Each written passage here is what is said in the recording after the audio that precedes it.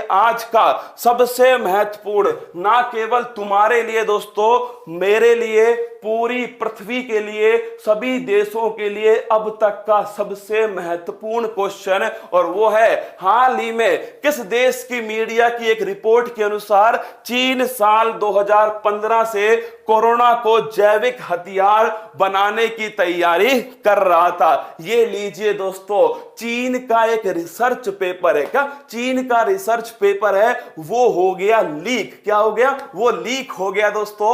उसी research paper को आधार बनाकर ऑस्ट्रेलिया की मीडिया ने एक रिपोर्ट जारी की है, और इस रिपोर्ट में साफ साफ कहा गया है कि कोविड-19 चमगादड़ों ने नहीं फैलाया, धोखेबाजों ने फैलाया है। इसे बायोलॉजिकल वेपन्स के रूप में बनाने की बात कही गई। तो लिखना भाई साहब, ये देखना कहानी तुम बड़ी गजब की है दोस्तों। चीन का रिसर्च पेपर है दोस्तों, ये जो रिसर्च पेपर है ये हो गया लीक। क्या हो गया? लीक हो गया दोस्तों। इसी रिसर्च पेपर को आधार मानकर ऑस्ट्रेलिया की दोस्तों मीडिया के द्वारा एक रिपोर्ट जारी की गई, और इस रिपोर्ट में साफ साफ कहा गया, क्या कहा गया ये देखिए, क्या चीन का जैविक हथियार है कोरोना वायरस। क्या ये चीन का जैविक हथियार है, बायोलॉजिकल वेपन है दोस्तों। क्या होता है बायोलॉजिकल वेपन? इसको रोकने के लिए कोई दोस्तों संधि भी है पूरे विश्व में, या फिर दोस्तों किस आधार पर इसने कहा है कि ये चीन का बायोलॉजिकल वेपन है? और दोस्तों क्या पॉइंट दिए, एकदम वैलिड पॉइंट है जो दिए गए हैं चीन के द्वारा। आइए दोस्तों, मीडिया के द्वारा दिए गए वैलिड पॉइंट है, आइए मैं आपको बताता हूं वो पॉइंट क्या दिए हैं दोस्तों मीडिया ने। देखिए, मैंने आपसे कहा सन 2015, कब? सन 2015 में दोस्तों चीन ने क्या किया था? चीन ने दोस्तों जो कोरोना वायरस है, क्या है? कोरोना जो वायरस है, इस वायरस को बायोलॉजिकल वेपन, जैविक हथियार के रूप में उपयोग करने की दोस्तों मंशा बनाई। क्यों ये कहा गया? पहला पॉइंट दोस्तों कि आज जो वुहान है, जिसमें दोस्तों पिछली बार इतनी बड़ी मात्रा में कोरोना फैला था, आज वहां पर दोस्तों कोई कोरोना नहीं है। सुनना, इसके तर्क सुनना दोस्तों, तर्क क्या क्या दिए इसने। पहला तर्क दोस्तों इसका है कि जो वुहान है वहां पर दोस्तों आज कोई भी कोरोना नहीं है। यहां पर दोस्तों फेस्टिवल बनाए जा रहे हैं। क्या यहां पर भाई साहब फेस्टिवल बन रहे हैं, लोग आपस में खूब मिल रहे हैं। कहां पर दोस्तों? वुहान के अंदर, जो कभी दोस्तों कोविड-19 का सेंटर हुआ था। दूसरी दोस्तों तर्क सुनिए इसका, मान लीजिए वुहान में कोविड-19 फैला था, पर यह बताओ वो कोविड-19 वुहान के बाहर क्यों नहीं निकला? क्या दूसरा तर्क सुनना दोस्तों, दूसरा तर्क है कि कोविड-19 का पूरे चीन में प्रसार क्यों नहीं हुआ? क्या चीन में प्रसार क्यों नहीं हुआ? भारत में हुआ दोस्तों, तो पूरे भारत में देखिए कोविड-19 फैला है, हर क्षेत्र प्रभावित हुआ, पूरे विश्व में हर क्षेत्र प्रभावित हुआ। ये चीन में क्यों नहीं हुआ? केवल वुहान में ही हुआ दोस्तों, उसके बाहर नहीं हुआ।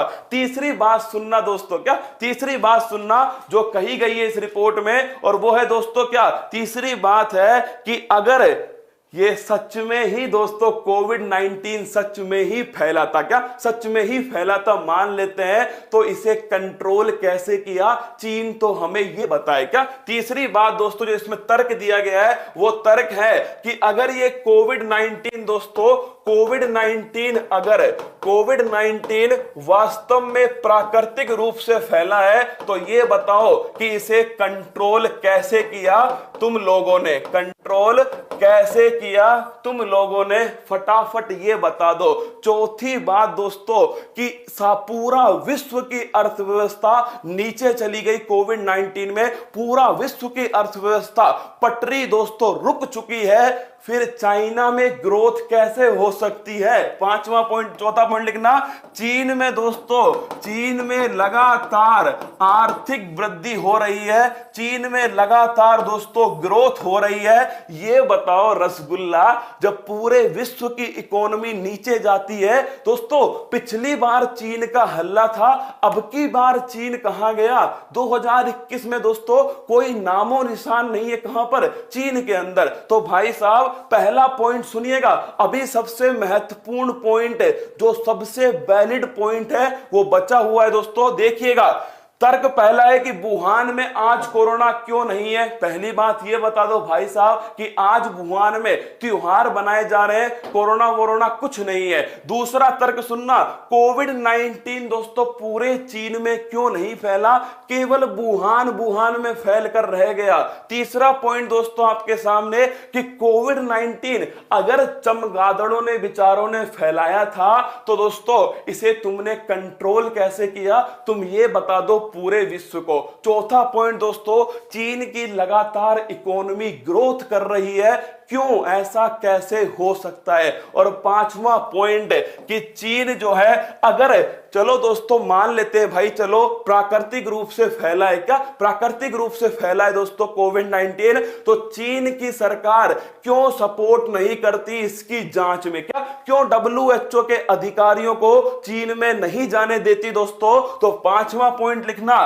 कि दोस्तों चीन की जो सरकार है, चीन की सरकार जो है वो कोविड-19 दोस्तों इसकी जांच में सपोर्ट क्यों नहीं करती। अब तुम बताओ, जिसकी दाढ़ी में तिनका होगा दोस्तों, वो दाढ़ी को देखने की अनुमति थोड़ी देगा रसगुल्ला, क्योंकि उसकी दाढ़ी में क्या है, तिनका है। तो चीन सपोर्ट क्यों नहीं करता, ये बताए भाई साहब कौन, धोखेबाज चीन। अरे डोनाल्ड ट्रंप दोस्तों, दुनिया पागल कहती है उस इंसान को, उसने पिछली बार कह दिया था ये कोरोना वोरोना कुछ नहीं है, ये चीनी वायरस है। क्या ये कोविड-19, चमगादड़ों को दोष मत दो रसगुल्लो, ये चीन का वायरस है, चीन ने अपनी लैब में बनाया है ये वायरस।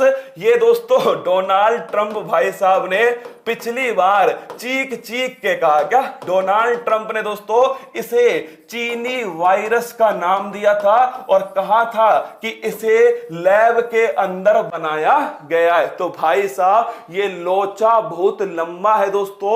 ऑस्ट्रेलिया, सोच कर देखो, ऑस्ट्रेलिया ने ये कहा तो सही, इस देश के खिलाफ दोस्तों जो ड्रैगन है, क्या ड्रैगन है दोस्तों, दूसरी सबसे बड़ी इकोनॉमी मानकर चलिए पूरे विश्व के अंदर दोस्तों, उसके खिलाफ बोलना ये भी बड़ी इंपॉर्टेंट बात है। अब बात आती है कि ये बायोलॉजिकल वेपन, ये देखो रसगुल्ला, इस फोटो से समझ जाओ कि ये असल में चीज क्या है दोस्तों। ये है धोखेबाज शी जिनपिंग और ये हाथ में दोस्तों पृथ्वी है और इस पृथ्वी के अंदर ये कोविड-19 का जो बॉम्ब है इसे किसने डाला, ये डाला दोस्तों चीन ने। ये इस रिपोर्ट में कहा गया। तुम मुझसे कहोगे कि सर बायोलॉजिकल वेपन्स क्या होता है, ये तो बताओ आप। तो आइए दोस्तों, बायोलॉजिकल वेपन्स क्या होते हैं, जब किसी वायरस को या किसी जीवाणु को दोस्तों, क्या जब किसी वायरस को या किसी जीवाणु को हथियार के रूप में उपयोग में लिया गया, क्या हथियार के रूप में उपयोग में लिया गया, उस रिपोर्ट की एक भविष्यवाणी भी है दोस्तों, तीसरा विश्व युद्ध जैविक हथियारों से लड़ा जाएगा। क्या ये दोस्तों उसी रिपोर्ट में कहा गया है, नोट करना, इसको भी लिख लो दोस्तों। तीसरा जो विश्व युद्ध है, तीसरा वर्ल्ड वार, ये जैविक हथियारों से लड़ा जाएगा। क्योंकि दोस्तों आप सोच के देखिए, वायरस, जीवाणु, इन्हें तुम देख भी नहीं सकते अपनी आंखों से, और एक वायरस, क्रिस फिल्म देखिए आपने, किस प्रकार तबाही कर सकता है दोस्तों। ये पूरे बड़े मात्रा में नरसंहार करेगा, जीनोसाइड करेगा पूरी बड़ी मात्रा में, क्योंकि दोस्तों इसे देखा नहीं जा सकता। तो ये है वायरस या जीवाणु, जब दोस्तों किसी हथियार की तरह प्रयोग हो तो उसे कहते हैं बायोलॉजिकल वेपन। तुम मुझसे पूछोगे सर क्या कोई बायोलॉजिकल वेपन अभी तक उपयोग में हुआ है? एंथ्रेक्स दोस्तों, देखना कौन सा बायोलॉजिकल वेपन है, एंथ्रेक्स जो है दोस्तों ये बायोलॉजिकल वेपन है जो उपयोग में आ चुका है। प्लेग रसगुल्लो, प्लेग तो जानते होगा ना, चूहों के काटने से जो फैलता है प्लेग दोस्तों, वो तो एंथ्रेक्स है, प्लेग है दोस्तों, ये सब की सब ध्यान रखना। इनका उपयोग हो चुका है दोस्तों, कहां पर, विश्व के अंदर हो चुका है। तुम मुझसे पूछोगे कि सर इसको रोकने के लिए क्या कोई उपाय है क्या?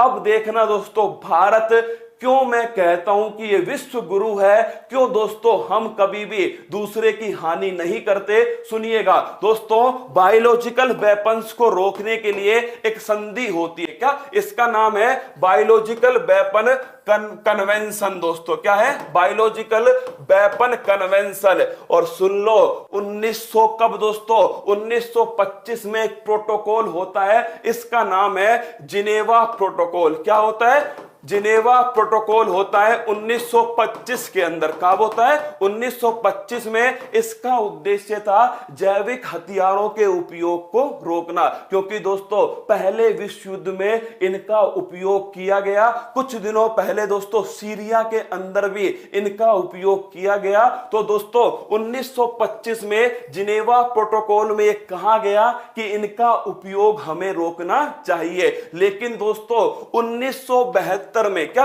1972 में इसकी स्थापना की गई, इसका गठन किया गया, जो दोस्तों जो लागू होता है 1975 से। नोट करना, अगर आपसे पूछ लेना कि बायोलॉजिकल वेपन कन्वेंशन कब गठित हुआ, 1972 में हुआ, और लागू कब हुआ, 1975 में हुआ, और भारत दोस्तों 1973 में इसमें मेंबर बन गया। कमाल देखो, कौन कहता है दोस्तों ये चीज किसके बस की नहीं है, चीन के बस की नहीं है। इकोनॉमी को कितना भी बढ़ा लो, लेकिन वसुदेव कुटुंबकम, पूरा विश्व दोस्तों हमारा परिवार है। कोई भी संधि आप उठा लो जिसका उद्देश्य विश्व में शांति होगा, जिसका उद्देश्य दोस्तों पूरी मानवता का संरक्षण होगा, उसमें भारत आपको संस्थापक देश के रूप में मिलेगा।